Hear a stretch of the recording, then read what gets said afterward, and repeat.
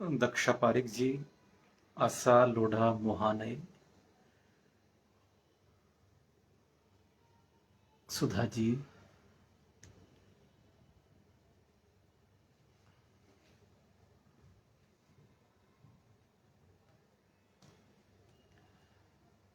मधुमेह आधुनिक समय की एक बड़ी बीमारी बनती चली जा रही है। डायबिटीज, मधुमेह, शुगर या प्रमेह, इस बीमारी के बहुत सारे नाम हैं और ये बीमारी एक तरीके से जंगल में आग की तरह फैल रही है। सन 1970 के दशक में इस बीमारी के बारे में ज्यादा परिचय नहीं था। 1970 के दशक में इस बीमारी को बेसिकली बहुत रेयर बीमारी माना जाता था। उस समय एक बीमारी थी एड्स, HIV पॉजिटिव, वो बहुत जोरों पर थी और उस दौरान डायबिटीज बहुत कम लोगों में पाई जाती थी। लेकिन जिस तरीके से हमारे जीवन में, हमारे खान पान में, हमारी लाइफ स्टाइल में चेंजेस आए हैं, उसकी वजह से ये बीमारी इतनी तेजी से फैल रही है कि आज के समय के वैज्ञानिक लोग ये मानते हैं कि अगर इस बीमारी पर तत्काल प्रतिबंध नहीं लगाया गया, इस बीमारी को समाप्त करने के लिए यदि कोई ठोस कदम नहीं उठाए गए, तो आने वाले 2025 तक हर 10 में से एक व्यक्ति डायबिटिक होगा। पहले यह मान्यता थी कि 60 साल के बाद में या 50 साल के बाद में लोगों को डायबिटीज होती थी। अब 8-8 साल के बच्चों को डायबिटीज हो रही है। यह जानकर के मुझे बहुत आश्चर्य होता है। आज रविवार के दिन बहुत कम ये समय में और एक शॉर्ट नोटिस में ही हमने ये कोशिश की है कि कैसे हम अपनी जीवन की व्यवस्थाओं पर यदि थोड़ा सा कंट्रोल कर लें, थोड़ा सा नियंत्रण कर लें, तो मधुमेह जैसी बीमारी पर नियंत्रण किया जा सकता है।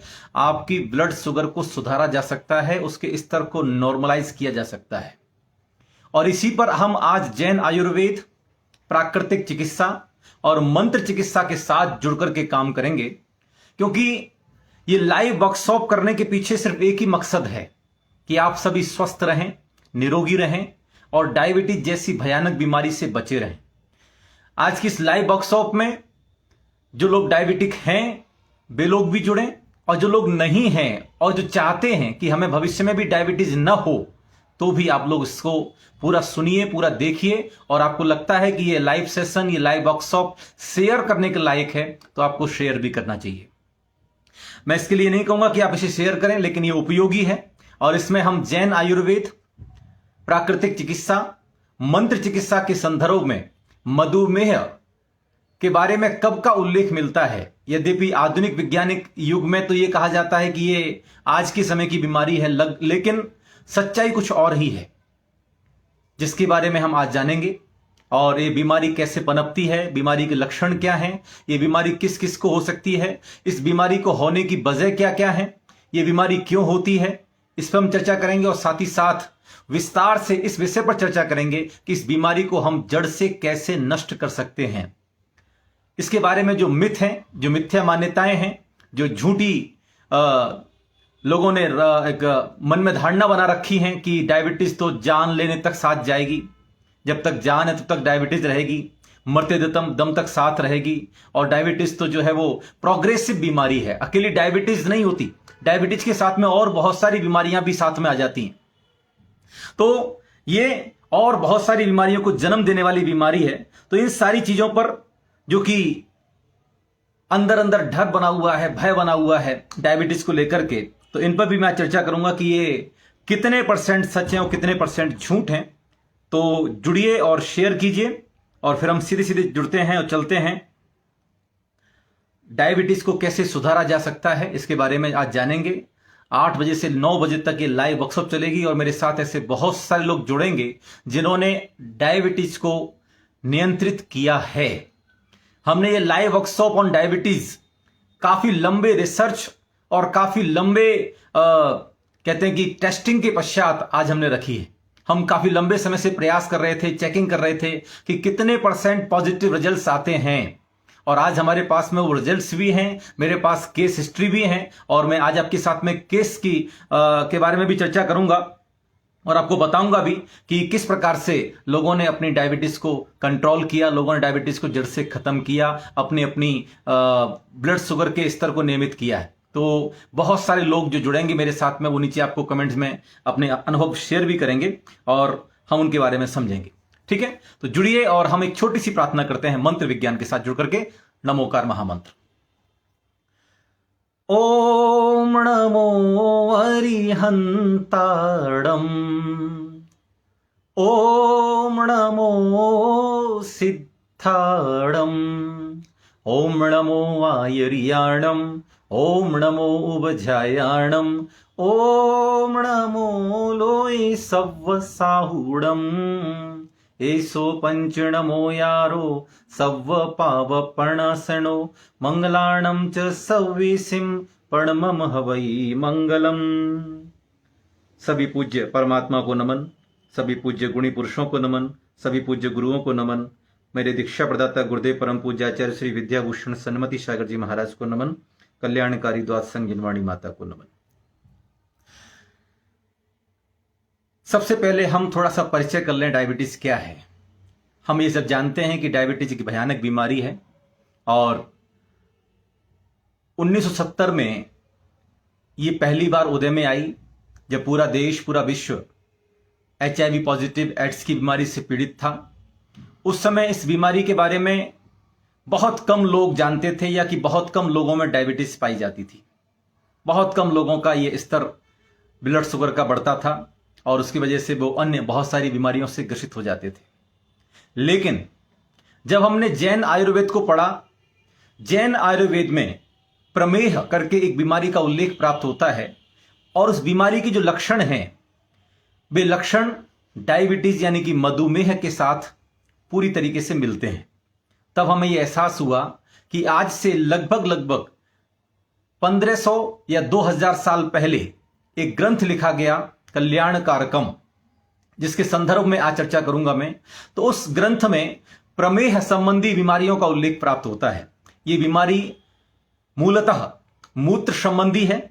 मूत्र में अत्यधिक शर्करा, जिसको हम ग्लूकोज बोल सकते हैं या शक्कर बोल सकते हैं, मूत्र के साथ में शरीर की शर्करा शरीर से बाहर निकलती है, और उसकी वजह से जब शुरुआती लक्षण थे तब यही चेक करने के लिए कहा जाता था कि भैया ऐसी जगह कहीं मूत्र करना, ऐसे कि जैसे कहीं वॉशरूम करना जहां आसपास चींटियां हों, और अगर आपकी मूत्र में अगर चींटियां चिपक रही हैं, चींटियां लग रही हैं, तो समझ जाइए कि आपको डायबिटीज हो चुकी है। ये एक प्रारंभिक लक्षण कहा जा सकता है, या कि एक प्रारंभिक टेस्टिंग का तरीका था। बाद में फिर ब्लड को चेक करने के लिए मशीनें आई, वो स्लिप आ गई, इसमें आप ब्लड डाल करके आप चेक करते हैं।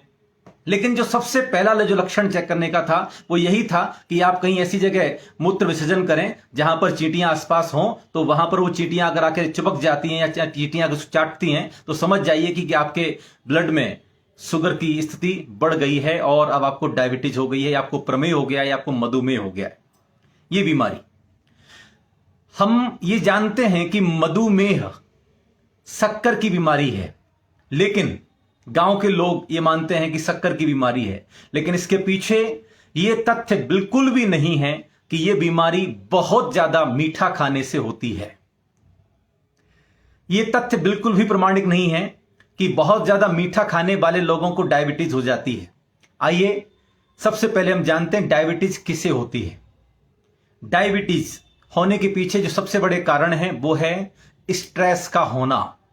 जो व्यक्ति बहुत ज्यादा तनाव लेते हैं, स्ट्रेस लेते हैं, चिंता करते हैं, अंदर ही अंदर परेशान होते हैं, उनके शरीर में पैंक्रियाज धीरे धीरे डीएक्टिवेट होना शुरू हो जाता है, जो कि हमारे ब्लड ग्लूकोज के स्तर को नियमित रखता है, और उसकी वजह से, उसके डीएक्टिवेट होने की वजह से, निष्क्रिय होने की वजह से रक्त शर्करा बिगड़ जाती है, उसका स्तर और उसका संतुलन बिगड़ जाता है, और हम डायबिटिक हो जाते हैं। तो सबसे पहला कारण है जो है वो है स्ट्रेस का होना।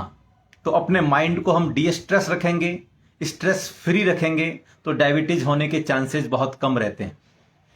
सेकंड कारण है रिफाइंड कार्बोहाइड्रेट का बहुत ज्यादा भोजन में शामिल करना, जैसे जैसे हमारी भोजन की पद्धति बदलती गई, बिगड़ती गई, वैसे वैसे हम बीमारियों की तरफ बढ़ते चले गए। रिफाइंड कार्बोहाइड्रेट क्या होता है? जिस प्रकार के भोजन में रेशे बहुत कम मात्रा में होते हैं, फाइबर बहुत कम होता है, प्रोटीन और न्यूट्रिशंस बहुत कम मात्रा में होते हैं, ऐसे भोजन रिफाइंड कार्बोहाइड्रेट कहे जाते हैं। ऐसे भोजन कौन कौन से हैं? तो जितने भी डिब्बा बंद भोजन आते हैं वे सभी भोजन रिफाइंड कार्बोहाइड्रेट कहे जाते हैं।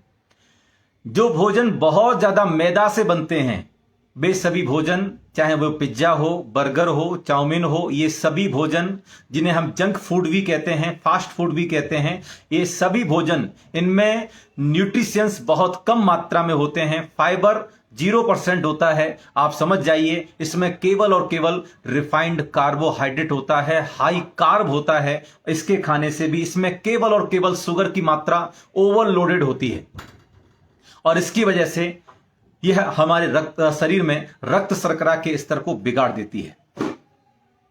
इसी के साथ साथ मैं आगे चलता हूं तो जिन लोगों को आलस सताता है, जो लोग बहुत ज्यादा आलसी हैं, जो लोग बहुत ज्यादा बस आराम करना चाहते हैं, फिजिकली वर्किंग नहीं करना चाहते, फिजिकली एक्सरसाइज नहीं करना चाहते, उनका शरीर भी धीरे धीरे इंटरनली कमजोर पड़ता चला जाता है। हमारा अग्नाशय, पैंक्रियाज, हमारा लीवर, हमारी आंतें धीरे धीरे करके निष्क्रिय होना शुरू हो जाती हैं और जो भोजन हम करते हैं उस भोजन में से किस तरीके से प्रोटीन निकालने हैं, किस तरीके से एंजाइम्स निकालने हैं, किस तरीके से ब्लड ग्लूकोज को अलग करना है, ये सारी की सारी चीजें जब ऑर्गन काम करना बंद कर देते हैं तो बहुत ज्यादा शारीरिक रूप से निष्क्रिय होने वाले लोगों को भी डायबिटीज होती है। इसलिए फिजिकली भी एक्टिव रहना बहुत जरूरी है। डायबिटीज के कुछ मूल कारण हैं जिन पे मैं आज चर्चा कर रहा हूं, उसके बाद मैं चर्चा करूंगा कि उसके उपचार हमें कैसे करने हैं। और हमारे साथ कई सारे लोग जुड़ चुके हैं जो डायबिटिक थे, लेकिन हमारी मंत्रा हीलिंग और आयुर्वेदा और साथ में प्राकृतिक चिकित्सा के सिद्धांत उन्होंने स्वीकार किए, तो वो आज पूरी तरीके से डायबिटीज फ्री लाइफ जी रहे हैं। डायबिटीज होने से कितनी सारी बीमारियां हो सकती हैं। अल्सर, पैरों का अल्सर, शरीर में कहीं भी घाव हो जाए सूखेगा नहीं, पैरों में खास करके जो ब्लड सर्कुलेशन है वो बिगड़ जाता है, पैरों में सूजन आ जाती है।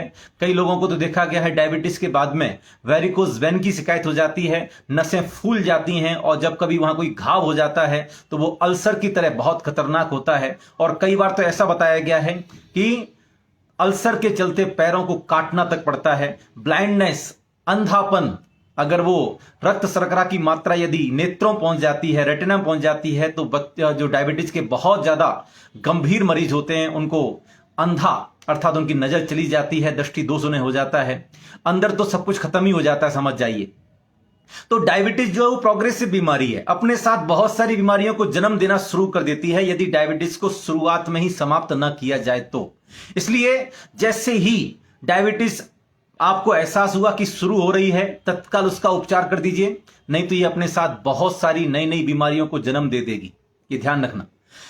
आज का पूरा सब्जेक्ट डायबिटीज के ऊपर है, इसलिए जो लोग डायबिटिक हैं वो स्वयं इस पूरे सेशन को सुने और इसके साथ साथ जो डायबिटिक नहीं है, वो डायबिटिक होना नहीं चाहते हैं तो भी इस लाइव सेशन को सुनिए, क्योंकि जो लोग डायबिटिक हैं वे भी पहले डायबिटिक नहीं थे, लेकिन अगर उन्होंने अपनी जीवन शैली में उसी समय थोड़े बहुत बदलाव कर लिए होते, आलस को छोड़ दिया होता, अपने भोजन पर, अपने खान पान पर थोड़ा सा नियंत्रण कर लिया होता, अपनी जीवन शैली में थोड़े से चेंजेस ला लिए होते, तो मैं समझता हूं कि बेबी डायबिटिक नहीं होते। हर व्यक्ति, हर बच्चा निरोगी अवस्था में ही जन्म लेता है, लेकिन समय के साथ अपने जीवन को वो चला नहीं पाता, या कि अपने जीवन को निष्क्रिय कर देता है, या अपने जीवन को स्वस्थ जीवन शैली के साथ जी नहीं पाता, तो वह अस्वस्थ हो जाता है। जिसका जीवन अनुशासित है वो कभी बीमार नहीं पड़ेगा, और जिसका जीवन अस्त व्यस्त है उसे बीमार होने से कोई रोक नहीं सकता। इसलिए सबसे पहले अपने जीवन जीने के तरीके में डिसिप्लिन, अनुशासन को पैदा कीजिए। हर समय हर चीज का एक समय निर्धारित कीजिए, उठने का समय निर्धारित हो, सोने का समय निर्धारित हो, खाने पीने का समय निर्धारित हो। जानवर भी रात सूर्यास्त होने के बाद में भोजन नहीं करते। पक्षियों को रात में आपने दाना चुगते हुए नहीं देखा होगा, सब रात के समय अपने अपने घोंसले में चले जाते हैं। और हम इंसान ऐसे लोग हैं कि रात हो, दिन हो, सुबह हो, शाम हो, कभी छोड़ते ही नहीं। ये वजह है डायबिटीज के होने में सबसे बड़ी, कि आप दिन भर बस खाई रहे हैं, उसको पचने का मौका नहीं दे रहे हैं। तो फिर ऐसी बीमारी हो जाती है कि वो बीमारी फिर आपको खाने ही देती है कि आपको हर आधे घंटे पे कुछ खाना ही खाना है, नहीं तो आपकी डायबिटीज में आपकी शुगर लो हो जाएगी या डायबिटीज में शुगर हाई हो जाएगी। तो हिंदुस्तान में और पूरे विश्व में वर्तमान में सबसे ज्यादा लोग टाइप 2 डायबिटीज के शिकार हैं।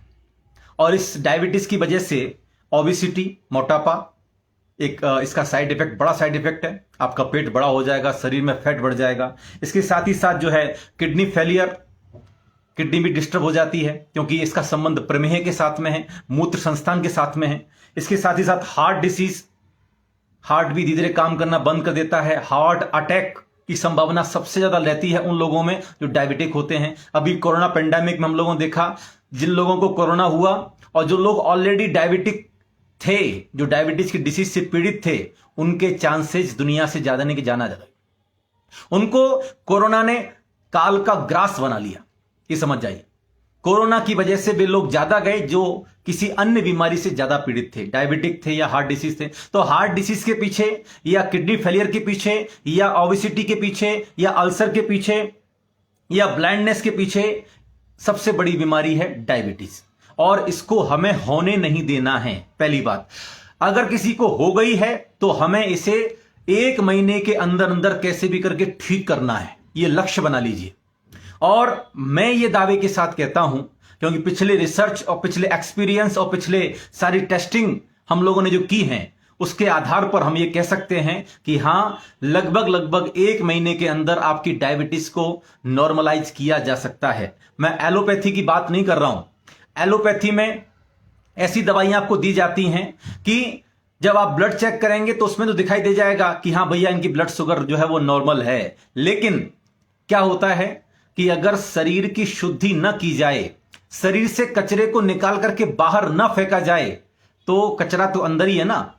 ये ठीक वैसे ही होता है जो लोग एलोपैथी दवाई लेकर के और अपने आप को समझते हैं कि हम जो है ठीक हो गए हैं। तो मैं कहना चाहता हूं कि घर के कचरे को आपने पलंग के नीचे छिपा दिया, घर के कचरे को आपने कहीं कोने में दबा दिया, घर के कचरे को आपने छत पे ले जाकर के रख दिया और आपको घर तो साफ दिखाई दे रहा है, लेकिन जैसे ही वो कचरा सड़ेगा तो उसमें से बदबू भी आएगी, सड़ाद भी आएगी। ये ध्यान रखना। जैसे ही वो कचरा सड़ेगा वैसे ही उसमें से बदबू भी आएगी, सड़ाद भी आएगी। तो क्या करना चाहिए? जब तक कचरा घर से बाहर नहीं फेंका जाएगा तब तक घर की पूरी तरह सफाई नहीं की जा सकती, घर को पूरी तरह से साफ नहीं कहा जा सकता। ये ध्यान रखना। इसलिए क्या करना चाहिए? तो हमें आयुर्वेदा और प्राकृतिक चिकित्सा के सिद्धांतों को स्वीकार करना चाहिए। विदेशों में बहुत सारे वैज्ञानिक डायबिटीज के लिए आयुर्वेद और प्राकृतिक चिकित्सा का सहारा ले रहे हैं। बड़े बड़े डॉक्टर्स जिनके नाम मैं भी लूंगा, और मैं पूरा लिटरेचर अपने सामने लेकर के बैठा हुआ हूं, पूरी रिसर्च रिपोर्ट मेरे पास में है और उन मरीजों के नाम मेरे पास में हैं। उन मरीजों के नाम भी आज मैं उल्लेखित करूंगा जिनकी डायबिटीज हमने 25 से 27 दिनों में नॉर्मलाइज की। 10-10 साल पुरानी डायबिटीज, 300, 350, 400 तक डायबिटीज थी और हमने जो उपाय उनको बताया वो उपाय उन्होंने अपनी लाइफ में फॉलो किया और मात्र 20 से 25-30 दिनों में उनकी डायबिटीज 300, 400 से 110, 115 पे आकर के रुक गई। आज भी लोग बीमार से जुड़ेंगे। तो सबसे बड़ी बात है कि ये प्रोग्रेसिव है और क्रॉनिक भी है, ऐसा एलोपैथी लोग मानते हैं और हमारे साथ कई सारे डॉक्टर्स भी जुड़े हुए हैं। तो एलोपैथी मानती है कि डायबिटीज एक क्रॉनिक डिसीज है और प्रोग्रेसिव डिसीज है और लंबे समय तक चलने वाली बीमारी है। इसको डॉक्टरों ने साइलेंट किलर भी कह दिया है।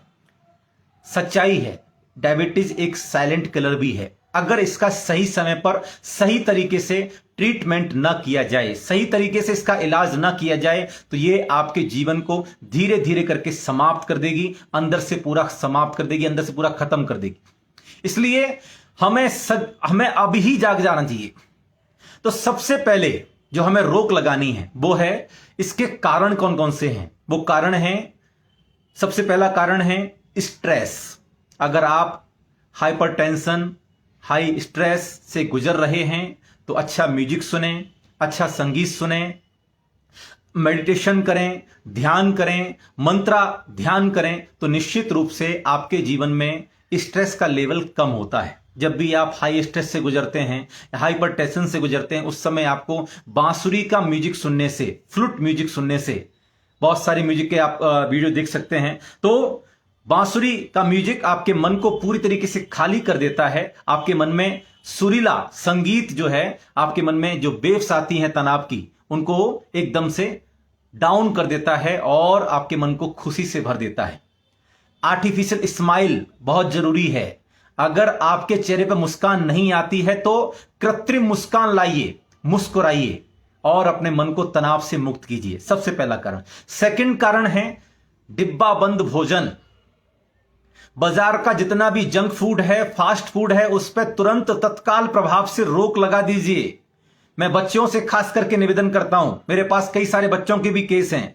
8 साल की बच्ची है, 12 साल के बच्चा है, उसको टाइप 2 डायबिटीज है। सोचिए जरा आप, 8 साल के बच्चे डायबिटिक हो रहे हैं। किसी जमाने में यह बात थी कि भैया डायबिटीज तो 60 साल के बाद में होती है, आज 8 साल के बच्चों को हो रही है।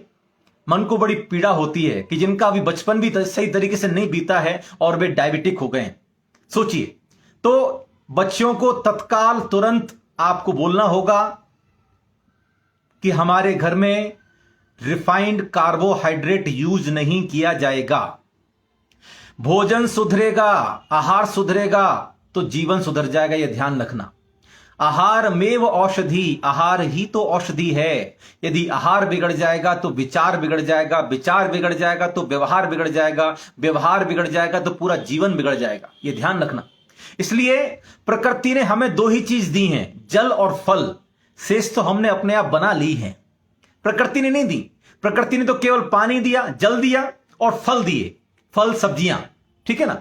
तो यदि हम अपने जीवन को, अगर हम डायबिटिक हैं, पहली बात तो हमें अपने जीवन को थोड़ा सा प्राकृतिक करना होगा। गर्म पानी पीना है और जो अंदर जो गंदगी स्टोर हुई है उसको निकाल करके बाहर फेंकने के लिए हमें कुछ ऐसी औषधियों का प्रयोग करना है जिन्हें हम रेचक औषधि कहते हैं, जो हमारे शरीर को अंदर से क्लीन करें। जैसे आप अपने घर की सफाई करने के लिए केवल पानी का प्रयोग नहीं करते, पानी के साथ क्या मिला लेते हैं, कभी उसमें फिनाइल मिला लेते हैं या उसमें कभी नमक मिला लेते हैं, कभी कोई उसमें केमिकल डाल लेते हैं ताकि आपका फ्लोर क्लीन हो जाए, ठीक है ना। से केवल पानी के पोंछे से काम नहीं चलता, उसको साफ करने के लिए क्या करना पड़ता है, उसमें आपको फिनाइल डालनी पड़ती है, गोनाइल डालनी पड़ती है, ठीक है ना। तो उससे आप ज्यादा अच्छी सफाई कर पाते हैं। कपड़े भी सिंपल पानी से नहीं धोए जा सकते, कपड़ों को आप धोने के लिए क्या करते हैं, डिटर्जेंट का प्रयोग करते हैं, साबुन का प्रयोग करते हैं, ब्रश का प्रयोग करते हैं। ऐसे ही सिंपल पानी पी करके हम अपने अंदर की सफाई नहीं कर सकते, उसके साथ में कुछ साबुन, कुछ डिटर्जेंट हमें यूज करना पड़ेगा, जिसे हम रेचक औषधि के रूप में स्वीकार करते हैं।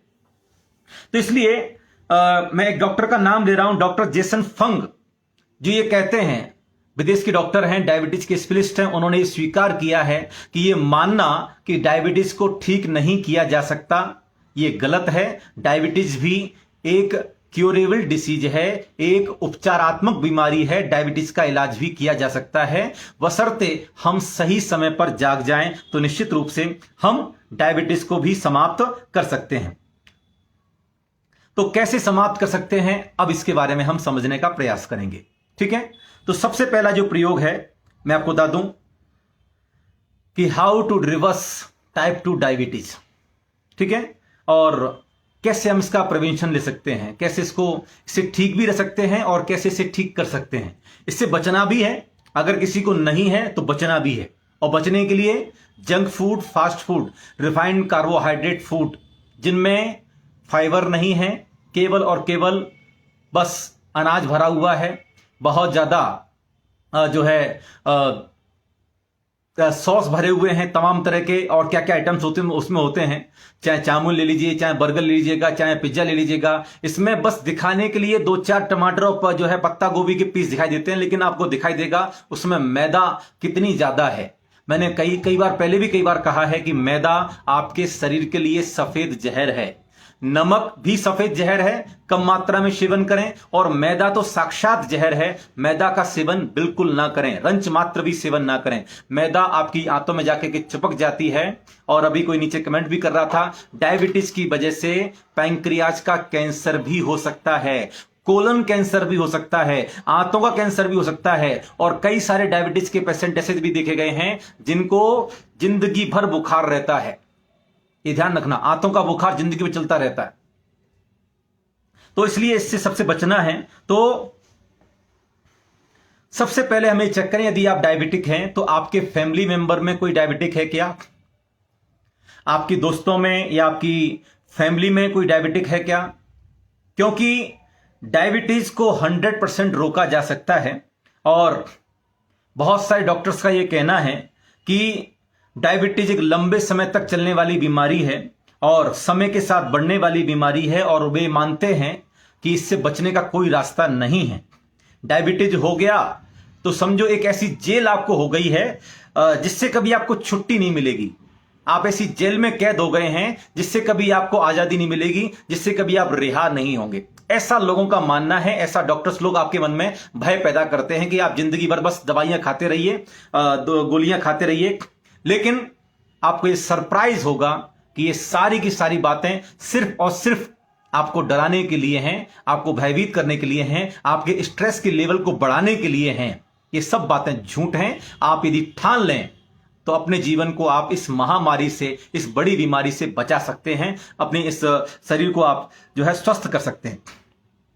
तो डायबिटीज को हम रिवर्स भी कर सकते हैं और डायबिटीज को हम रोक भी सकते हैं। पिछले लगभग 2 से 2.5 महीनों का मैं रिसर्च कर रहा हूं डायबिटीज के ऊपर और कई सारे लोगों की केस स्टडी मैंने आज आपके सामने रखूंगा। तो डायबिटीज अगर आपको हो गया है, मैं कुछ फैक्ट आपके सामने रख रहा हूं, तो आप अपनी लाइफ में ब्लड शुगर के लेवल को वापस नॉर्मल कैसे ला सकते हैं। यदि आप पेन कॉपी लेके बैठे हैं तो आपको नोट करना चाहिए। ये इलाज मेडिसिन से होगा, जैसा कि आपको हमेशा बताया जाता है कि आप एलोपैथी मेडिसिन खाइए, या फिर कुछ ऐसी दवाइयां या ऐसे इंजेक्शन लगाते रहिए जो आप पेट में लगाते रहें या शरीर में कहीं भी लगाते रहें, उससे भी आपको ठीक होते रहें। लेकिन मैं कहना चाहता हूं कि आप केवल और केवल अपने लाइफ स्टाइल में थोड़ा सा चेंज करके, अपने रूटीन में थोड़ा सा बदलाव करके आप डायबिटीज को रिवर्स कर सकते हैं। कोई महंगी दवाई नहीं, कोई खतरनाक ट्रीटमेंट नहीं, केवल और केवल क्योंकि लाइफ स्टाइल से संबंधित बीमारी है मधुमेह, डायबिटीज, प्रमेह। प्रमेह एक संस्कृत शब्द है जिसका उल्लेख लगभग 1500 साल पहले किया गया। तो डायबिटीज कोई आज के जमाने की बीमारी नहीं है, आयुर्वेद में इसका पूरा उल्लेख है प्रमेह के रूप में। दूसरा, ये जो फैक्ट नंबर 2 मैं आपको बता रहा हूं, लोगों का यह मानना है कि डायबिटीज बहुत ज्यादा शक्कर खाने से होती है। तो इमेजिन कीजिए कि आपकी बॉडी जो है वो कटोरी की तरह है जिसमें शुगर भरा हुआ है। जब आप पैदा होते हैं तब इस कटोरा खाली होता है। जैसे जैसे आप बड़े होते चले जाते हैं वैसे वैसे ये कटोरा भरने लगता है, क्योंकि आप शुगर और रिफाइंड कार्बोहाइड्रेट खाते हैं। रिफाइंड कार्बोहाइड्रेट का मतलब है वो फ्रूट, वो फूड, वो खाना जिसमें फाइबर नहीं है, जिसमें ज्यादा शुगर होता है, न्यूट्रिशंस बहुत कम होते हैं और जो बॉडी के लिए बहुत ज्यादा हार्मफुल होता है। ये वैज्ञानिक लोग बता रहे हैं, ठीक है। आजकल के साइंटिस्ट लोग इस बात को बता रहे हैं कि रिफाइंड कार्बोहाइड्रेट आपकी बॉडी के लिए सबसे ज्यादा हार्मफुल है। आपको स्वाद में अच्छा लगता हो सकता है, आजकल बड़ा ट्रेंड चल गया है, मोमोज खा रहे हैं, बर्गर खा रहे हैं, पिज्जा खा रहे हैं, इसी को पार्टी मानते हैं। ये पार्टी नहीं है, ये आपके जीवन को समाप्त करने का उत्सव है। जो आप पार्टी करते हैं कि आज तो पिज्जा पार्टी हो जाए, आज तो ये पार्टी हो जाए, ये पार्टी आपके जीवन को भी बर्बाद कर रही है और आपके पैसों को बर्बाद कर रही है। ये ध्यान रखना। तो सबसे बड़ी बात क्या है कि इसमें फाइबर भी नहीं है, न्यूट्रिशंस भी नहीं है जो आपकी बॉडी को कुछ राहत दे सकें, बीमारियों से छुटकारा दे सकें। आपकी बॉडी जो इंसुलिन बनाती है, जो आपके खाने से शुगर को निकाल करके सेल्स तक पहुंचाने का काम करती है। इंसुलिन का काम यही है कि वो आपकी बॉडी में जो शुगर है उसे अगर आप बर्न यानी कि यूज नहीं करते हैं तो एक टाइम ऐसा आता है कि आपकी हर सेल्स में शुगर भर जाती है। अगर आप प्रॉपर तरीके से शुगर को बर्न ना करें तो आपके हर सेल्स में, आपकी हर कोशिका में शुगर पूरी तरह से भर जाती है। आपकी बॉडी और इंसुलिन बनाती चली जाती है सेल्स में शुगर पहुंचाने के लिए, लेकिन अब यह काम नहीं कर पाता। यह ऐसा है जैसे कि आप बैग में कपड़े डालें और बैग पूरा भर जाए, फिर भी आप कपड़े ठूसते चले जा रहे हैं, तो फिर आप चेन लगाने की कोशिश करेंगे तो चेन नहीं लगेगी। आपको उसमें से कुछ कपड़े निकाल करके बाहर फेंकने पड़ेंगे, बाहर रखने पड़ेंगे, तो आप उस बैग की चेन लगा सकते हैं। तो यह काम नहीं कर पाता, ये पूरी तरीके से भर जाता है। तो अंत क्या होता है? अंत ये होता है कि आपका ब्लड शुगर लेवल बहुत ज्यादा बढ़ जाता है और फिर आप डॉक्टर के पास जाते हैं। डॉक्टर आपको इंसुलिन इंजेक्शन या एक दवाई होती है एलोपैथी में, हमारे साथ डॉक्टर साहब जुड़े हुए हैं सुनील कुमार जी, तो मेटाफॉर्मिन करके एक दवाई है, तो वो आपको दे दी जाती है और ये भी फिर वही काम करती है कि इंसुलिन बनना शुरू हो जाता है। इंसुलिन बनने से ज्यादा होता क्या है कि आपके ब्लड में जब ज्यादा शुगर है तो आप और ज्यादा इंसुलिन को डेवलप कर रहे हैं, लेकिन इंसुलिन का आपके शरीर में यूज तो कुछ भी नहीं हो रहा है ना। आप इंसुलिन रेसिस्टेंट बन जाते हैं।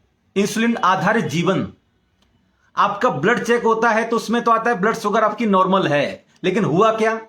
सेल्स के अंदर, कोशिकाओं के अंदर तो ऑलरेडी शुगर भरा पड़ा हुआ है और फिर वो क्या करती हैं? फिर वो धीरे धीरे करके मेटाफॉर्मिन जो दवाई है एलोपैथी की, वो आपके ब्लड से जरूरत से ज्यादा शुगर को निकाल करके आपके बॉडी में ही ऐसी जगह पहुंचा देता है, बाहर नहीं निकाल रहा है। मेटाफॉर्मिन जो दवाई है वो आपके ब्लड से शुगर को निकाल करके कहीं और रिजर्व कर देता है, कहीं और पहुंचा देता है। जैसे मैंने भी आपको एग्जांपल दिया कि आपने घर के कचरे को उठा करके पलंग के नीचे छिपा दिया, आपने घर के कचरे को उठा करके छत पे जाकर डाल दिया, तो अभी तो आपको घर साफ दिखाई दे रहा है, लेकिन छत पे जो कचरा पड़ा हुआ है वो आज नहीं तो कल सड़ेगा जरूर। बेटर ऑप्शन क्या है कि हमें ऐसा उपचार चुनना चाहिए कि उस कचरे को शरीर से बाहर निकाल के फेंका जाए, छुपाया नहीं जाए।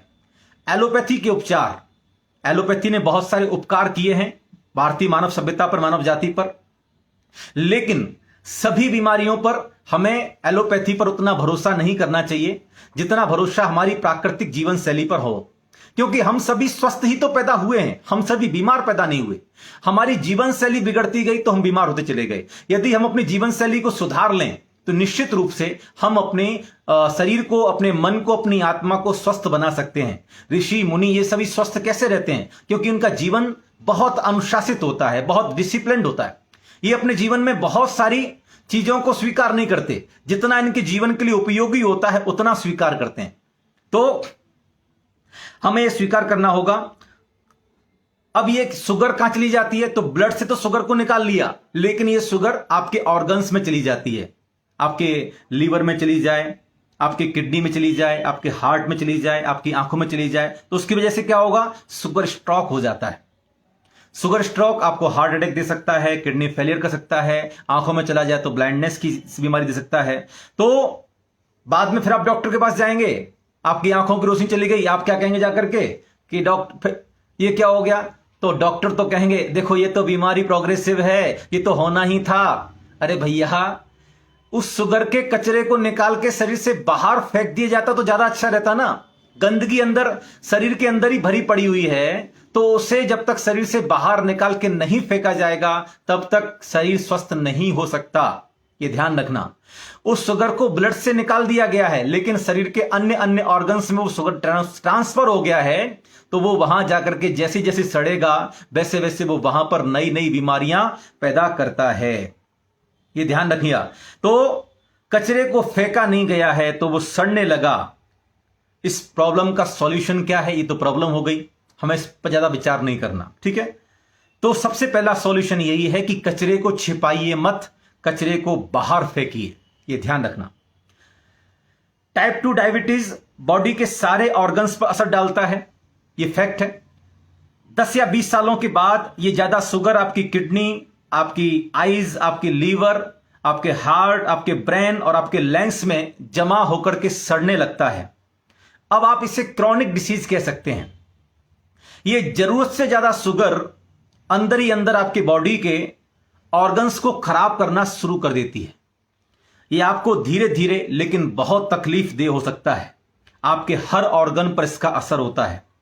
तो इसका क्या उपाय है? तो ऐसा क्या है जो बदल सकता है सब कुछ? तो उसके लिए सिचुएशन को एकदम से चेंज करने के लिए हमें क्या करना है? मेडिसिन से यह पॉसिबल होगा? मुझे लगता है शायद नहीं, क्योंकि बहुत सारे लोग आज हिंदुस्तान में भी लगभग करोड़ों लोग हैं जो डायबिटिक हैं और जो रोजाना इंसुलिन का इंजेक्शन लेते हैं, तमाम तरह की दवाइयां खाते हैं, फिर भी अपने शरीर को डायबिटीज से पूरी तरीके से मुक्त नहीं कर पा रहे हैं। इस कचरे को बाहर नहीं निकालेंगे तब तक हमारा शरीर स्वस्थ नहीं होगा। तो इसमें हमें क्या करना चाहिए? तो सबसे पहला ऑप्शन है, डायबिटीज को खत्म करने के लिए रिफाइंड कार्बोहाइड्रेट पर तत्काल तुरंत प्रभाव से रोक लगानी चाहिए। आपकी बॉडी में जो प्रॉब्लम का कारण है वो है जरूरत से ज्यादा शुगर। जितना हमारे शरीर को आवश्यकता है, नॉर्मल शरीर को, हमारे सामान्य स्वस्थ शरीर को 2 चम्मच शुगर काफी होती है एक दिन के लिए, 2 टीस्पून। इससे ज्यादा यदि आप शुगर इंटेक कर रहे हैं तो ये धीरे धीरे करके आपकी बीमारी में कारण बन सकती है। ठीक है, तो सबसे पहले तो रिफाइंड कार्बोहाइड्रेट को बंद करें। इसके अलावा हमारे आचार्यों ने, उग्रदित्य स्वामी ने लिखा है उपवास चिकित्सा, जिसको प्राकृतिक चिकित्सा में भी स्वीकार किया है।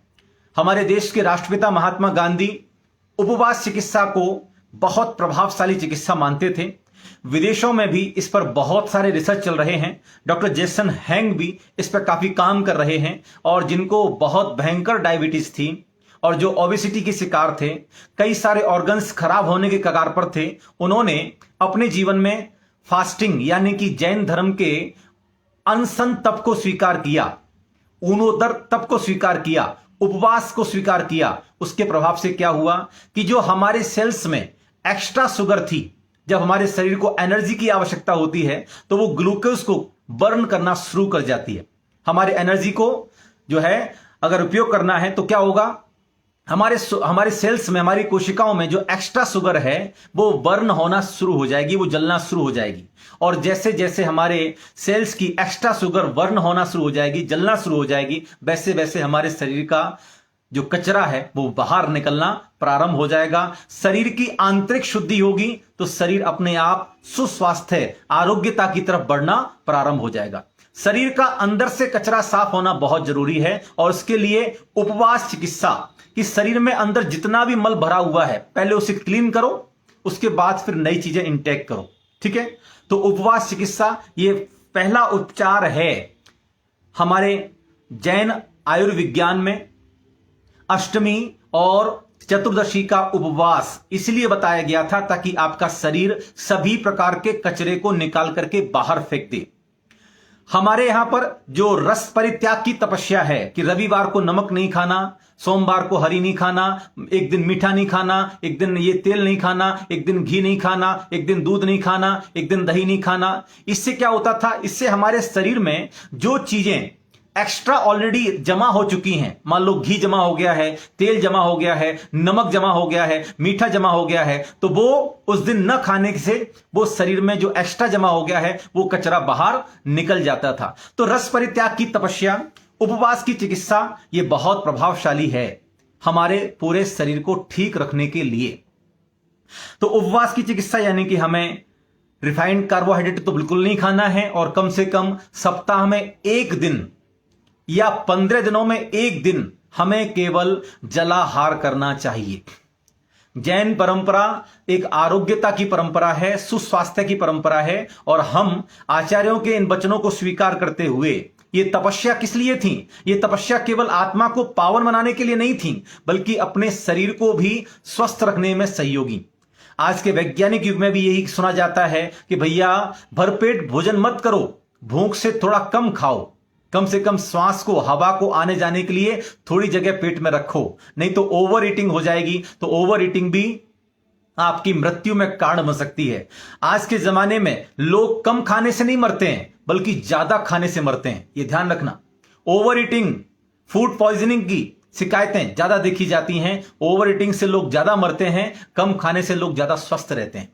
ठीक है, तो सबसे पहली बात जो मैं आपके सामने रख रहा हूं, ये पूरा रिसर्च आपके सामने रख रहा हूं।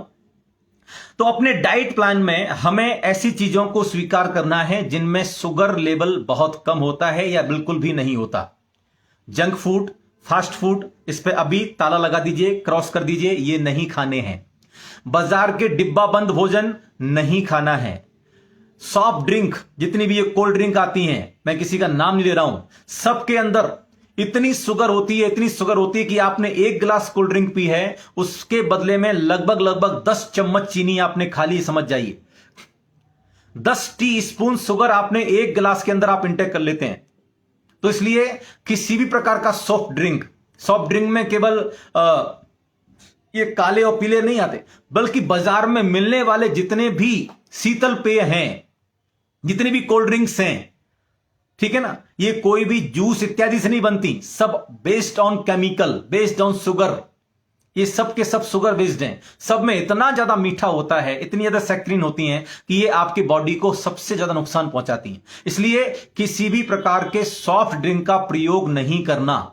अगर आपको अपना जीवन स्वस्थ रखना है तो आपको अपनी जबान पर, आपको अपनी जीभ पर कंट्रोल अभी से करना होगा। जो लोग डायबिटीज हैं उनको छोड़ देना है। जो लोग डायबिटीज नहीं हैं और चाहते हैं कि भविष्य में डायबिटीज ना हो, तो उनको यह प्रयोग अभी से शुरू करना होगा। ना तो रिफाइंड कार्बोहाइड्रेट खाना है और ना ही सॉफ्ट ड्रिंक पीना है। मैं बड़ा आश्चर्य में पड़ता हूं, मेरी समझ में नहीं आता है कि भैया आयुर्वेद, इवन एलोपैथी भी इस बात को रिकमेंड करता है कि गर्म के साथ ठंडा मत पियो, ठंडे के साथ गर्म मत खाओ। ये आपकी टूथ एक, अर्थात आपके दांतों में सेंसिटिविटी पैदा कर सकते हैं, है कि नहीं। मैं कई बार आश्चर्यचकित हो जाता हूं, लोग गरम गरम पिज्जा के साथ में चिल्ड कोल्ड ड्रिंक पीते हैं, गरम गरम बर्गर खाते जाते हैं, इधर ठंडी से ठंडी कोल्ड ड्रिंक पीते हैं, दोनों एक साथ। जितने बड़े बड़े रेस्टोरेंट्स हैं, ये आपको बीमार कर रहे हैं। आयुर्वेद में इसको विरुद्ध आहार कहा जाता है। विरुद्ध आहार का मतलब क्या? गरम के बाद ठंडा नहीं, ठंडे के बाद गरम नहीं, खट्टे के बाद मीठा नहीं, मीठे के बाद ठंडा जो है खट्टा नहीं। ये बहुत बड़ा नियम है आयुर्वेद का। और आप लोग क्या करते हैं, इधर एक बाइट आपने पिज्जा या बर्गर की ली, उधर आपने कोल्ड ड्रिंक पी ली साथ साथ। ये आप अपने शरीर को बीमार कर रहे हैं साक्षात। गरम के साथ ठंडा खाना, बुद्धि चकरा गई है क्या? ठंडे के साथ गरम खा रहे हो, गरम के साथ ठंडा पी रहे हो, दांत तो सेंसिटिव हो जाएंगे, दांत तो समझ लो कि खराब हो चुके अगर आप ऐसा कर रहे हैं। आजकल के बच्चों के दांत देखो, बच्चों के दांत एकदम काले पड़ जाते हैं। 20 साल 25 साल की उम्र में ही दांत टेढ़े मेढ़े हो जाते हैं, दांत गिर जाते हैं, दांत टूट जाते हैं, इतने कमजोर दांत हो गए, दांतों में सेंसिटिविटी आ गई है। ये सारी की सारी जितनी भी मल्टीनेशनल कंपनियां हैं, ये सब अपने बिजनेस को डेवलप करने के लिए ऐसे सारे रेस्टोरेंट्स में इस तरह का खाना परोसवाते हैं। आपको लगता है कि भैया बर्गर के साथ कोल्ड ड्रिंक पी लो तो बर्गर का जो है सारा का सारा जो है खत्म हो जाएगा, लेकिन ये ध्यान रखना, ये सॉफ्ट ड्रिंक आपके ब्लड में इतना शुगर का लेवल बढ़ा देते हैं कि आपको बहुत ज्यादा नुकसान पहुंचाने वाले हैं।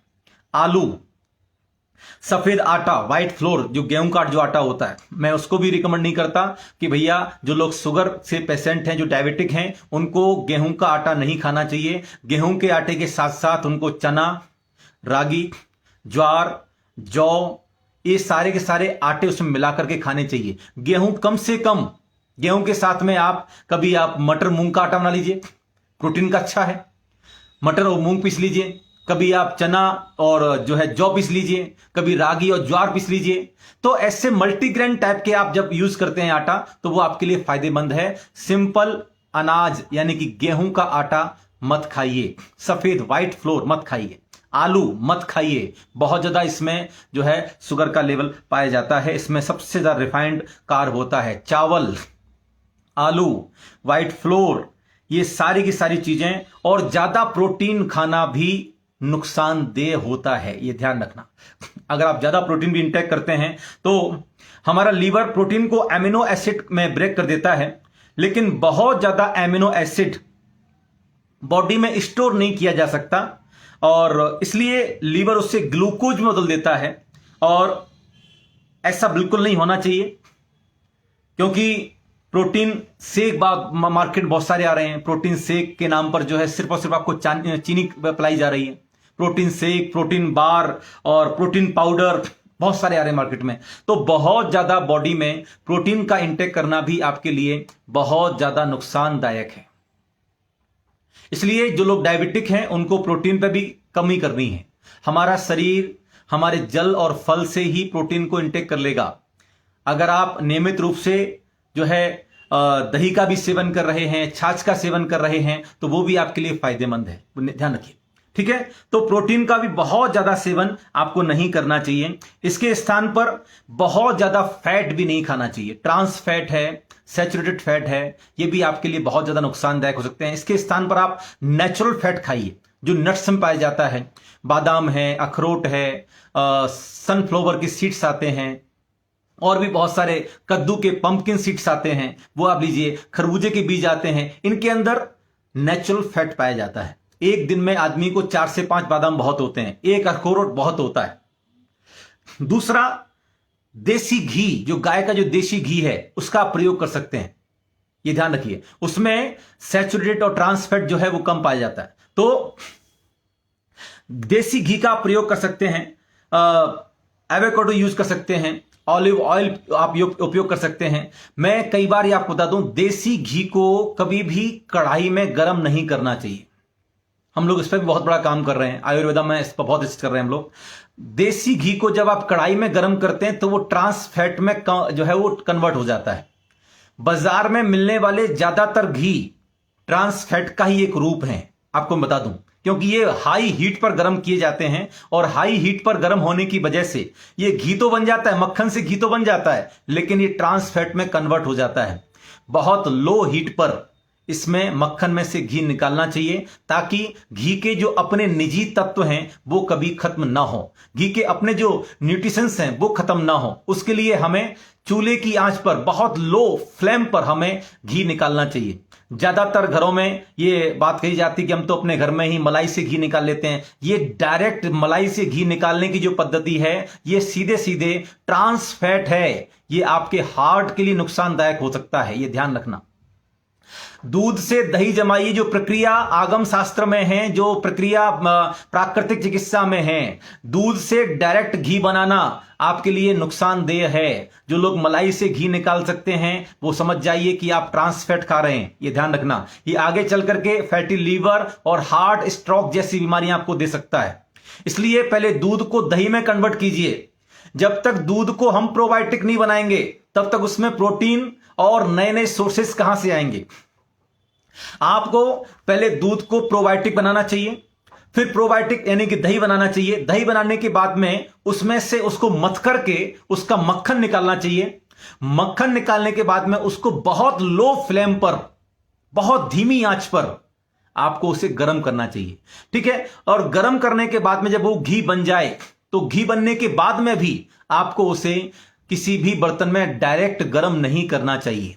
मैं हमेशा ये रिकमेंड करता हूं कि आप घी का बर्तन अपनी डाइनिंग टेबल पर रखिए। आपको रोटी पे घी लगाना है, रोटी गर्म है, आप थोड़ा सा घी लेंगे, रोटी पे डाल दीजिए, बस।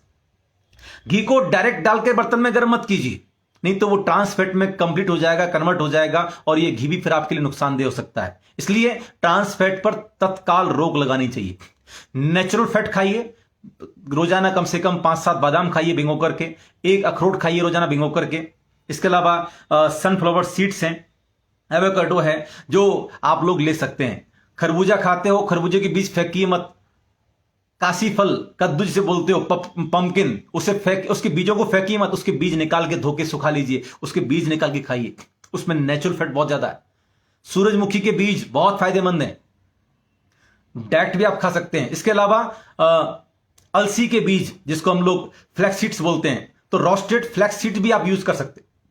रोजाना खाने के बाद में 1 चम्मच रोस्टेड फ्लैक्ससीड खा लिए, इसमें ओमेगा भी है, विटामिन B12 भी है, और आपको नेचुरल फैट भी मिल रहा है। ये आपके हार्ट स्ट्रोक को भी कवर करता है, इसलिए आपको इससे बचना है। तो ये सारे के सारे जो ट्रांस फैट मार्केट में मिल रहे हैं, कितना सारा तेल कितनी बार तला जाता है, जरा चिंतन करना। हलवाई के यहां जाके देखना, एक ही कढ़ाई में कितनी बार तेल जला जला करके वो तेल काला हो जाता है, और फिर भी आप उसी के कभी समोसे खा रहे हैं, कभी जलेबी खा रहे हैं, कभी कुछ खा रहे हैं, कभी कुछ खा रहे हैं। बीमार पड़ेंगे तो नहीं पड़ेंगे, नहीं भी होंगे तो बीमार पड़ जाएंगे। बचिए। कोरोना पेंडेमिक में हमने ये स्वीकार कर लिया है कि स्वास्थ्य से बड़ी कोई दूसरी संपत्ति नहीं है। बड़े बड़े संपत्तिवान लोग इस दुनिया से विदा हो गए, ये ध्यान रखना। पैसा आपको जीवन नहीं दे सकता है, आपको अपनी लाइफस्टाइल में चेंजेस करने पड़ेंगे, तभी आप अपने जीवन को बचा सकते हैं, ध्यान रखना। तो एक बार जब आपकी बॉडी में, आपके शरीर में शुगर का लेवल, शुगर का जाना, शुगर का इंटेक होना बंद हो जाएगा, तो आप समझ जाइए कि बॉडी के अंदर जो ऑलरेडी शुगर है, जो जमा हुआ है, जो कचरा भरा हुआ है, वो बर्न होना शुरू हो जाएगा, वो जलना शुरू हो जाएगा। इसमें थोड़ा सा सहायता करता है आपकी फिजिकली एक्टिविटी। अब आपको आलस नहीं करना है। आयुर्वेदा और प्राकृतिक चिकित्सा के अनुसार यह कहा जाता है कि रोजाना कम से कम 10,000 कदम पैदल चलना चाहिए, 10,000 स्टेप्स। और मैं ये कहता हूं कि यदि 24 घंटे में से यदि आप 1 घंटा, 1 आवर, यदि आप 1 घंटा भी अपने शरीर के लिए नहीं निकाल सकते हैं, तो इस दुनिया में आपसे गरीब कोई दूसरा इंसान नहीं है। यदि आप 24 घंटे में से भी यदि 1 घंटा अपने शरीर को नहीं दे सकते हैं, जो शरीर आपके जीवन को आगे बढ़ाने में सहयोगी है, शरीर स्वस्थ होगा तो आप व्यापार भी कर सकते हो, संपत्ति अर्जित भी कर सकते हो। शरीर अस्वस्थ हो जाएगा तो भैया मिठाइयां सामने लगी रखी हैं लेकिन खा नहीं सकते। ये बीमारी है, वो बीमारी है, सारा का सारा जीवन रूखा सूखा खाते खाते व्यतीत हो जाएगा। इसलिए अपने जीवन को ध्यान में लेकर के आओ, अपने शरीर के सुस्वास्थ्य को ध्यान में लेकर के आओ। ये इंफॉर्मेशन मैं आपको जैन आयुर्वेद की परंपरा से आप तक पहुंचा रहा हूं। बहुत सारे लोग हैं जो 24 घंटे इंसुलिन और दवाइयां खाते खाते परेशान हैं। डायबिटीज की जो उपचारात्मक प्रक्रिया है, डायबिटीज का जो इलाज है, वो सिर्फ इंसुलिन के इंजेक्शन ठोकना नहीं है। इंसुलिन के इंजेक्शन लगाने से आपके रक्त से, आपके ब्लड से शुगर हट जाती है, लेकिन शुगर साफ नहीं होती। वो शरीर के अन्य ऑर्गन्स में जाकर के, अन्य ऑर्गन्स को जाकर के डिस्टर्ब कर देती है, खत्म कर देती है। डायबिटीज 70 साल 80 साल के लोगों में आते आते आपको पूरी तरह से अंधा कर सकती है, बीमार कर सकती है, पूरी तरह से तोड़ सकती है। इसलिए डायबिटीज आपके आज के समय की सबसे उभरती बीमारी है। कोरोना तो एक पेंडेमिक सीजन था, आया चला गया, लेकिन डायबिटीज जिस तरीके से भाग रही है ना, आने वाले 2025 तक हर 10 में से 1 व्यक्ति को बीमारी होगी डायबिटीज की। 8-8 साल के बच्चों को डायबिटीज हो रही है। सोचिए, जरा चिंतन कीजिए। इससे हमें अभी अपने जीवन को बचाना होगा। कुछ लोग नीचे कमेंट्स कर रहे हैं कि हमें डायबिटीज नहीं है। नहीं है तो भैया आगे ना हो तो इसको देखो, इसको सुनो। इसके साथ ही साथ फास्टिंग एक बहुत सिंपल तरीका है कि आप अगर महीने भर में यदि 2 दिन, 15 दिन में 1 बार भी यदि आप फास्ट करते हैं तो भी हमारा शरीर धीरे धीरे अंदर से साफ होना शुरू हो जाता है। उपवास की चिकित्सा भगवान महावीर स्वामी ने बताई, हमारे देश के राष्ट्रपिता महात्मा गांधी ने बताई, जैन आयुर्वेद तो बता ही रहा है, जैन आचार शास्त्र, आचारांक हमें बता रहा है कि भैया उपवास और उनोदर, ये 2 तपस्या ऐसी हैं, अगर आप इसे जीवन में स्वीकार करते हैं तो मैं कहूंगा कि आप कभी बीमार नहीं पड़ेंगे। आप यदि स्वस्थ रहना चाहते हैं तो शरीर को अंदर से साफ करना प्रारंभ कर दो। बाहर से रोज नहाते हो ना, क्यों भैया? अगर बाहर से रोज नहीं नहाएंगे तो शरीर से बदबू आने लगेगी, शरीर से स्मेल आने लगेगी। अंदर से नहीं नहाओगे तो शरीर अंदर से भी बदबू मारेगा ना। वात, पित्त और कफ, ये तीनों त्रिदोष बन जाएंगे। ये 3 शक्तियां हैं हमारे शरीर की, वात, पित्त और कफ। लेकिन यदि इनकी भी आपने प्रॉपर रख रखाव नहीं किया, इनका देखभाल नहीं किया, तो आप समझ जाइए कि ये तीनों भी त्रिदोष बनकर के उभरेंगे और एक बड़ी बीमारी आपको देकर चले जाएंगे। इसलिए हमें अभी इसी से बचना होगा। तो खाने से रिलेटेड जो समस्या है तो उसके लिए आपके लिए बहुत अच्छी है उपवास की चिकित्सा, आप उसे स्वीकार कर सकते हैं। तो उपवास को स्वीकार करो। उपवास में फिर आप लोग जो उल्टा सीधा खाना शुरू कर देते हो, अभी नवरात्रि का सीजन गया है, बहुत सारे वैदिक परंपरा में लोगों ने जो है उपवास किया, लेकिन क्या खाया? कुट्टू की पुड़ियां खाई, तला हुआ खूब खाया, साबूदाने के चिप्स, साबूदाने के पापड़, सब तल तल के खूब खाए। वो उपवास नहीं कहा जाता। जिसमें आप कुछ भी खा रहे हैं तो अंदर से साफ कैसे होगा? अंदर कुछ ना कुछ जा ही रहा है ना। तो अंदर यदि आप फास्टिंग कर रहे हैं, यदि आप उपवास कर रहे हैं, तो उपवास के समय आप केवल और केवल गर्म पानी पिए, नारियल पानी पी सकते हैं, या फिर सफेद पेठे का जूस पी सकते हैं, या फिर कच्चे पपीते का जूस पी सकते हैं, लौकी का जूस भी पी सकते हैं, खीरे का पानी पी सकते हैं, लिक्विड फॉर्मेशन में कुछ भी ले सकते हैं। ऐसी कोई भी चीज नहीं लेंगे जिसे आपको चबाना पड़े। दूध भी नहीं पीना, दूध भी अंदर जाकर के हार्ड फॉर्म में कन्वर्ट हो जाता है, ठीक है। तो आपको दूध भी नहीं पीना है, दूध से भी आपको बचना है, यह ध्यान रखिए। तो केवल और केवल लिक्विड फॉर्म में आपको पानी भी गर्म होना चाहिए। पानी की जगह आपको जो है कच्चे पपीते का रस, सफेद पेठे जिसका पेठा मिठाई बनती है उसका रस जूस पीना है, उसमें मिलाना कुछ भी नहीं है। इसके अलावा खीरे का पानी पी सकते हैं, खीरे का जूस निकाल के पी सकते हैं, या खीरे का डिटॉक्स वाटर आप पी सकते हैं। रात को खीरे की स्लाइस बना करके कांच की बोतल में एक लीटर पानी में एक खीरे को बीच में से स्लाइस करके आप डाल दीजिए, साथ में कुछ मिंट की पत्तियां डाल दीजिए, पुदीना की पत्ती डाल दीजिएगा, 2-3 पत्तियां तुलसी की डाल दीजिएगा। सुबह इस पानी को छान करके सुबह सुबह खाली पेट पीना शुरू कीजिए। ये आपकी बॉडी को अंदर से डिटॉक्स कर देता है। ये ध्यान रखना, जो भी आपकी बॉडी में टॉक्सिन्स हैं, जो भी आपकी बॉडी में कचरा भरा हुआ है, उसको निकालना है तो सफेद पेठे का जूस पीना शुरू कीजिए, या फिर जो है कच्चे पपीते का जूस पीना शुरू कीजिए सुबह सुबह खाली पेट। जो लोग सुबह सुबह खाली पेट चाय पीते हैं, समझो अपने शरीर में जहर डालते हैं। ये चाय आपको अल्सरेटिव कोलाइटिस, एसिडिटी, हाइपरटेंशन, ऐसी कई सारी बीमारी देके जाएगी, ध्यान रखना। जिनको ये लगता है सुबह सुबह चाय नहीं पियो तो फ्रेश नहीं होते हैं, सुबह सुबह चाय नहीं पियो तो फिर ताजगी नहीं आती है, उनसे मैं कहना चाहता हूं कि सुबह सुबह कच्चे पेठे का जूस पीना शुरू करो। ताजगी तो बहुत दूर की बात है, आपका शरीर इतना हल्का हो जाएगा कि आप एकदम से 50 साल की उम्र में भी आप 20 साल के जवान दिखाई पड़ोगे। बॉडी को अंदर से पूरा डिटॉक्स करने वाला पानी।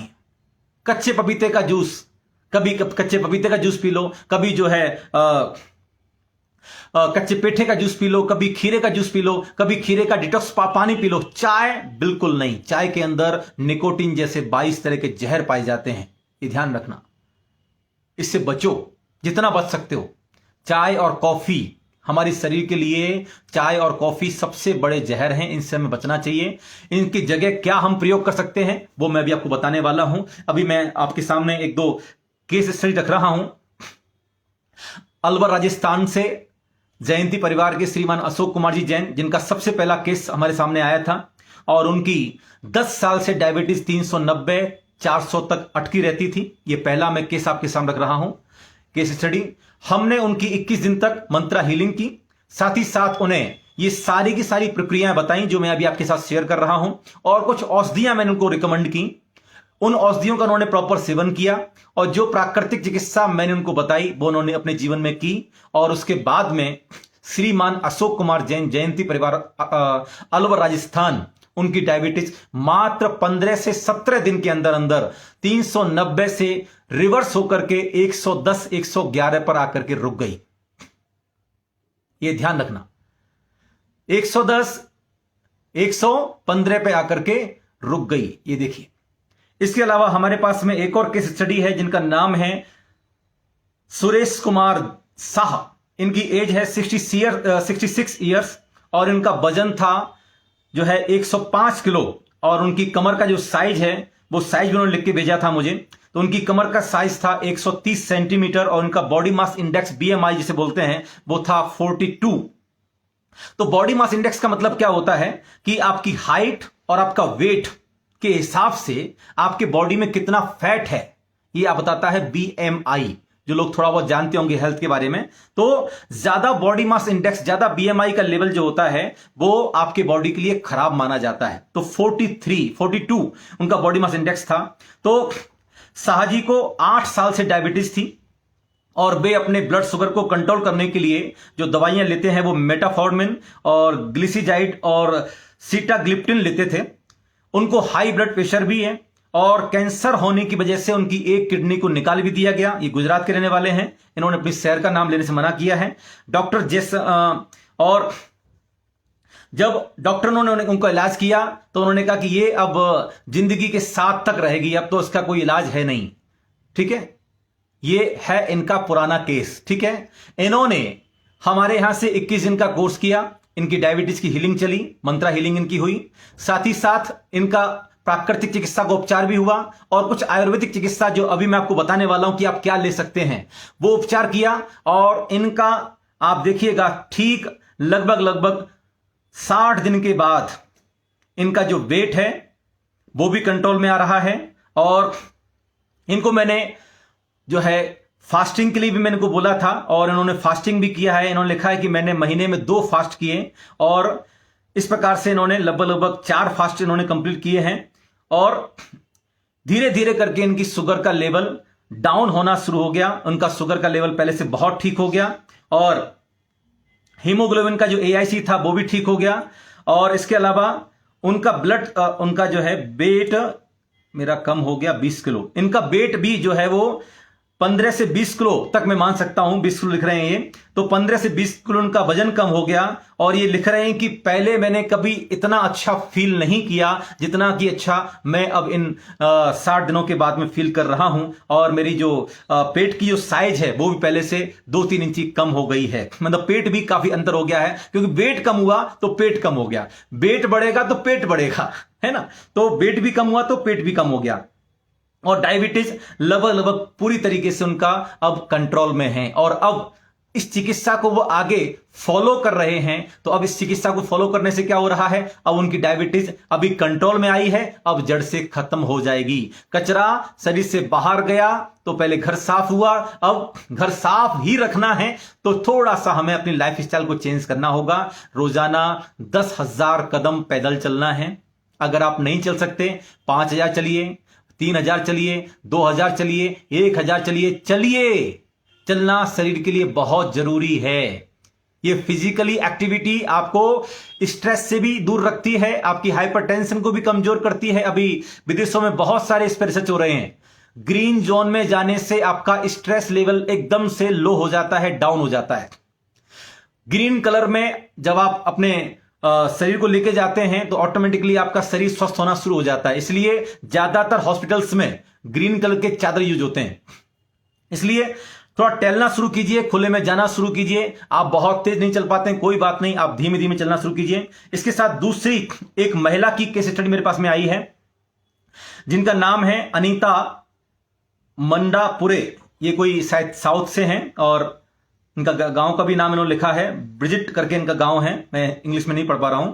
और इनकी एज है 62 ईयर्स की और ये 10 साल से बीमार हैं और इन्हें टाइप 2 डायबिटीज है। इनकी हाई ब्लड प्रेशर और किडनी की बीमारी भी इनको है और इनका वजन 97 kg है और इनका जो कमर का जो साइज है वो 138 सेंटीमीटर है और बॉडी मास इंडेक्स इनका 54.1 है। ये हमने मंगवा लिया था इनसे। और ये पूरी तरीके से इंसुलिन पर अपना जीवन जी रही थी। रोजाना 1 इंजेक्शन पेट में ठोकती थी और उसकी वजह से इन्हें दर्द भी काफी सहन होता था। रोजाना इनको 210 यूनिट इंसुलिन लेना पड़ता था और अपने शुगर को कंट्रोल में रखने के लिए। पर इन्होंने क्या किया है वो मैं आपको बताता हूं। इन्होंने फास्टिंग की है, हर तीसरे दिन इन्होंने फास्टिंग में गुजारा है। हर तीसरे दिन इन्होंने खाना छोड़ दिया, केवल और केवल पानी पिया, गर्म पानी पिया, जूस पिया और जूस जो हमने रिकमेंड किए वो पिए। उसके अलावा जो आयुर्वेदिक जो उपाय मैंने बताया वो पिए इन्होंने। और अभी ये केवल अपने वेट के कंट्रोल के लिए जो डॉक्टर ने जो दवाई इनको बताई हुई है वो दवाई ये लेती हैं। और इसके अलावा लो कार्ब डाइट और फास्टिंग और साथ ही साथ प्राकृतिक चिकित्सा और 21 दिन की जो मंत्रा हीलिंग इनकी हुई है उसकी वजह से इनका जो है स्वास्थ्य एकदम से रिवर्स हुआ है। मैं सारा का सारा इनका बहुत कंटेंट में बहुत लिख के भेज दिया है पूरा पेपर। तो इनका कितना वजन कम हो गया और डायबिटीज को ठीक इन्होंने कर लिया है जो है। और आपके आशीर्वाद से, इनकी राइटिंग में ज्यादा पढ़ नहीं पा रहा हूं, इन्होंने जो व्हाट्सएप पे लिख के भेजा है मुझे, आपके आशीर्वाद से उनकी लाइफ बहुत चेंज हो गई है। तो इनकी लाइफ पूरी तरीके से इनकी चेंज हो गई है। तो ये सारे के सारे केस स्टडी मैं आपको बता रहा हूं जो हमारे पास में आते हैं। तो बहुत सारी चीजें हैं। लास्ट में मैं अब आज के इस लाइव वर्कशॉप को कंक्लूजन की तरफ ले चलता हूं कि आपको क्या क्या करना है, वो मैं बहुत कम संक्षिप्त शब्दों में आपको बता सकता हूं। सबसे पहली बात, डायबिटीज एक ऐसी डिसीज है जिसे अगर आपने सही समय पर ठीक नहीं किया तो यह आपकी पूरी बॉडी को समाप्त कर सकती है, पूरी बॉडी को इंटरनल तरीके से खराब कर सकती है। बॉडी के हर एक ऑर्गन्स को यह इफेक्ट करती है, इसलिए इससे बचना बहुत जरूरी है। ये दो तरह की है, टाइप 1 और टाइप 2। ठीक है, जो लोग डायबिटिक हैं वो जानते होंगे, इसके बारे में मुझे ज्यादा विस्तार से जानने की जरूरत नहीं है। ठीक है, डायबिटीज की वजह से कितनी सारी तरह की बीमारियां हो सकती हैं, ये मैंने आपको भी बता दिया। करना क्या है उस पर विचार कर लेते हैं। सबसे पहला ऑप्शन कि आप जंक फूड, फास्ट फूड खाना बंद कर दें। सेकेंडरी, फिजिकली एक्टिवेट हो जाएं, थोड़ा बहुत टहलें, एक्सरसाइज करें, इससे भी शुगर बर्न होती है। तीसरा, अपने शरीर के अंदर जमे हुए कचरे को निकाल करके बाहर फेंकना है। कैसे करेंगे? तो रेचक औषधि, शरीर में जो कमजोरी आई है उसको वापस रिवर्स करना है, क्योंकि शक्तिवर्धक होना जरूरी है। उसके साथ ही साथ आपके ब्लड शुगर को कंट्रोल में करने के लिए ऐसी औषधियों का हमें सेवन करना चाहिए जो हमारे रक्त शर्करा को संतुलित करें और साथ ही साथ रक्त शर्करा को कम करें और शरीर से निकाल के बाहर फेंकें। हमने लगभग 6 महीने तक काफी शोध किया, जैन आयुर्वेद को बहुत गंभीरता से पढ़ा और बहुत सारे आयुर्वेदिक डॉक्टर्स से संपर्क किया। उसके बाद में एक ऐसी औषधि का निर्माण किया जो हम प्राकृतिक चिकित्सा के दौरान लोगों को रिकमेंड करते थे। लोग ये कहते थे कि हम ये सारी चीजें नहीं जुटा सकते क्योंकि सारी चीजें सब जगह नहीं मिलती हैं। हमने धर्मयोग वेलनेस फाउंडेशन के अंतर्गत कोशिश की और एक दवाई बना करके तैयार की। वो दवाई नहीं है, मैं आपको पहले बता दूं, वो दवाई नहीं है, वो मेडिसिन नहीं है, बल्कि वो शारीरिक शक्तियों को बढ़ाने के लिए, शरीर की शुद्धि के लिए और आपकी डायबिटीज को नियमित और नियंत्रित करने के लिए एक आहार है। औषधि भी नहीं कह रहा हूं मैं उसको, क्योंकि आहार में वो औषधि, उसमें जितनी तरह की दवाइयां मिलाई गई हैं वे सभी हमारे आहार में शामिल होती हैं। उसमें सबसे पहले शरीर जो कमजोर पड़ जाता है कि फिजिकली एक्टिविटी हम लोग कर ही नहीं सकते, तो शरीर को शक्तिशाली बनाने के लिए शुद्ध शिलाजीत, स्वर्णमाक्षिक भस्म, अश्वगंधा, बंग भस्म, ये ऐसी औषधि डाली गई हैं जिन्हें प्राचीन समय में सभी ऋषि मुनि अपने भोजन में स्वीकार करते थे। इससे हमारी शरीर की शक्तियों का विकास होता है, फर्स्ट ऑफ ऑल।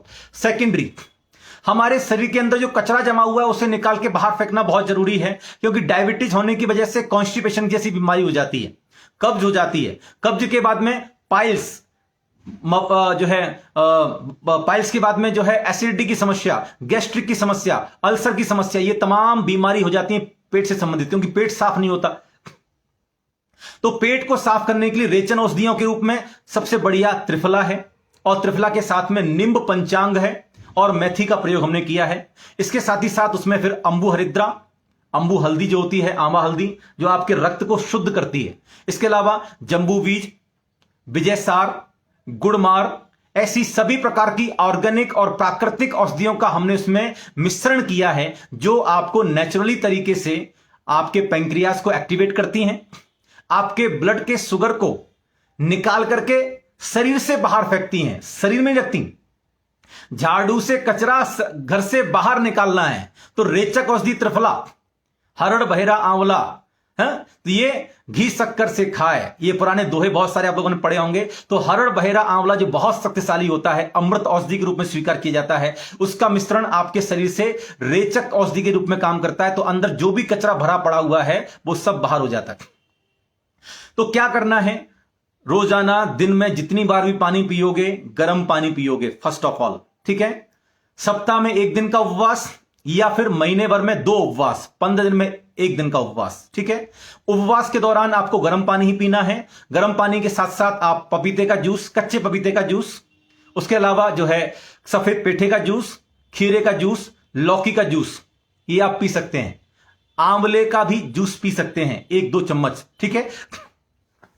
इसके अलावा आपको कोई भी चबाने वाली चीज नहीं खानी है, दूध भी नहीं पीना है, फल का जूस भी नहीं पीना है, ठीक है।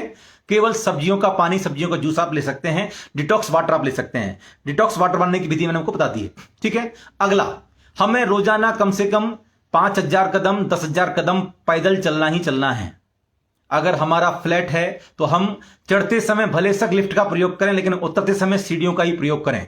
फिजिकली एक्टिविटी को बढ़ा दीजिए, यह भी नेचुरल तरीके से शुगर को बर्न करने में सहयोगी होते हैं। इसके अलावा हमें क्या करना है? इसके अलावा हमें औषधि का प्रयोग करना है। जो औषधि मैंने अभी आपको बताई है, इसका नाम है कल्प मधु चूर्णम। अर्थात डायबिटीज होने के बाद में आपकी कल्पनाएं में ही रह जाती है मधु। मधु मतलब मीठापन। आप सिर्फ सोच सकते हैं कि भाई मीठा कैसा होता है, लेकिन खा नहीं सकते। खाओगे तो डायबिटीज बढ़ जाएगी, है ना। तो क्या करना है, तो इसलिए हमने इसका नाम रखा कल्पना को साकार करना है। जो कल्पना में जो मधु है उसे आप साकार कीजिए और अपने जीवन में मिठास घोलिए। मैं किसी प्रकार से कल्प मधु चूर्ण का प्रचार नहीं कर रहा हूं, यह ध्यान रखिए। मैं सिर्फ आपको स्वस्थ रहने का सूत्र दे रहा हूं, और वो भी इस आधार पर जो मैंने आपके सामने कई सारी केस स्टडी रखी हैं। मेरे पास कई सारों का फीडबैक है, कई लोगों का मेरे पास फीडबैक है, लेकिन मैं सबका फीडबैक यहां सुना नहीं सकता। लेकिन वो फीडबैक के आधार पर मैं ये कह सकता हूं कि यदि आप 21 दिन का कोर्स डायबिटीज का धर्मयोग फाउंडेशन के अंतर्गत यानी कि हमारे निर्देशन में करते हैं, तो मात्र 21 दिन के अंदर अंदर आपकी डायबिटीज को कंट्रोल में किया जा सकता है और उसे पूरी तरीके से ठीक भी किया जा सकता है। 21 दिन में 3 दिन के उपवास रहेंगे, ये ध्यान रखिएगा। हर 7 दिन में 1 दिन का उपवास रहेगा। 21 दिन तक आपका मंत्रोपचार चलेगा, मांत्रिक हीलिंग चलेगी। मन चिकित्सा अपने आप बहुत बड़ी थेरेपी है, ये ध्यान रखिएगा, जिसके बारे में मैंने आज बहुत कम बताया है। जब आप ओम ह्रीम नमः बोलते हैं, जब आप ओम ह्रूम नमः बोलते हैं, तो सीधे सीधे आपके पैंक्रियाज पर वाइब्रेशन होता है। आप स्वयं भी बोल के देख सकते हैं, बोलिए ओम ह्रूम नमः। आप सोच सकते हैं कि ये ओम ह्रूम नमः, ये ह्रूम आपके पैंक्रियाज के आसपास से, आपके लीवर के आसपास से जो है वो क्रिएट हो रहा है, जागृत हो रहा है। तो जब आप ओम ह्रूम नमः बोलते हैं तो आपके डायबिटीज, आपके पैंक्रियाज और आपके लीवर पर असर होता है और पैंक्रियाज नेचुरल तरीके से एक्टिवेट होना शुरू हो जाता है। तो इसकी जाप तो आपको करनी है, ओम ह्रूम नमः। इसकी जाप कम से कम रोजाना 1008 बार चैंटिंग कीजिए, ओम ह्रूम नमः। कोई दिशा नहीं है, जब भी आपको समय मिले ओम ह्रूम नमः, ओम ह्रूम नमः आपको जाप करनी है, ठीक है। ये तो मंत्र जाप हो गई। शेष हम यहां से एक दुआ चिकित्सा, एक प्रार्थना चिकित्सा, एक मंत्र चिकित्सा या मंत्र हीलिंग जिसे कह सकते हैं, ऊर्जा चिकित्सा आप तक पहुंचाते हैं, अपनी ऊर्जा आप तक पहुंचाते हैं, तो उससे भी आपका शरीर स्वस्थ होता है। तो 21 दिन की मंत्र चिकित्सा, साथ में जो औषधि मैंने आपको बताई है, ये हमारे जितने लोगों के मेरे पास फीडबैक्स हैं उनके आधार पर ये मैं अब लाइव पर आपको रिकमेंड कर रहा हूं कि इस दवाई का आप, इस औषधि का, इस आहार का आप प्रयोग कीजिए। रोजाना भोजन के पश्चात 1-1 चम्मच सुबह और शाम आपको लेना है, गुनगुने पानी के साथ में। 21 दिन तक केवल और केवल आपको गर्म पानी ही पीना है, ठंडा पानी नहीं पीना, फ्रिज का पानी नहीं पीना, सॉफ्ट ड्रिंक नहीं लेनी, कोई भी कोल्ड ड्रिंक नहीं पीनी, बाजार मिलने वाले जूस नहीं लेने, चाहे रियल जूस हो चाहे फ्रूट जूस हो, नहीं पीना, ठीक है। सब्जियों का सेवन ज्यादा मात्रा में करना है। इसके अलावा आलू, सिर्फ और सिर्फ गेहूं का आटा, मैदा, ये छोड़ देना है। फैट, बाजार का बना हुआ भोजन नहीं करना, ट्रांस फैट नहीं खाना, शुद्ध देसी गाय का घी प्रयोग कर सकते हो और वो भी सीधे सीधे, उससे भी गर्म करके प्रयोग नहीं करना, ठीक है। नेचुरल फैट का प्रयोग कर सकते हो, उससे भी आपके शरीर में जो है डायबिटीज कंट्रोल में आना शुरू हो जाएगी। तो और भी यदि आप विस्तार से जानना चाहते हैं और यदि आप अपना उपचार करवाना चाहते हैं तो उसके लिए आप धर्मयोग फाउंडेशन के नंबर पर संपर्क कर सकते हैं। आज की लाइव वर्कशॉप में हमने बहुत सारी जानकारियां आप तक पहुंचाने की कोशिश की है। डायबिटीज क्यों होती है और डायबिटीज को कैसे ठीक किया जा सकता है। सबसे पहले जो लोग डायबिटिक हैं वो अपने मन में यह संकल्प कर लें कि हम ठीक हो सकते हैं, बशर्ते यदि हम थोड़ा सा अपने जीवन शैली में, अपनी लाइफ स्टाइल में चेंजेस ला लें तो निश्चित रूप से आप ठीक हो सकते हैं। मैं ये विश्वास करता हूं कि जितने भी लोग डायबिटीज मुझे देख रहे हैं उन सभी को हम ठीक कर सकते हैं, वे सभी ठीक हो सकते हैं। वे अपने अंदर संकल्प करें, हम यहां से तैयारी करेंगे, हम आपको पूरी तरीके से आरोग्यता प्रदान करने के लिए पूरी कोशिश करेंगे। तो आपको जुड़ना है तो रोजाना शाम 4 बजे हमारे फेसबुक पेज पर लाइव होता है। योग भूषण हमारा पेज है, www.facebook.com/योगभूषण। आप उस पेज को लाइक कर लीजिएगा, फॉलो कर लीजिएगा। रोजाना शाम 4 बजे आप उस पेज पर जुड़िए और अपने जीवन को स्वस्थ बनाइए, क्योंकि अभी हमारा एक अभियान चल रहा है, स्वस्थ भारत अभियान।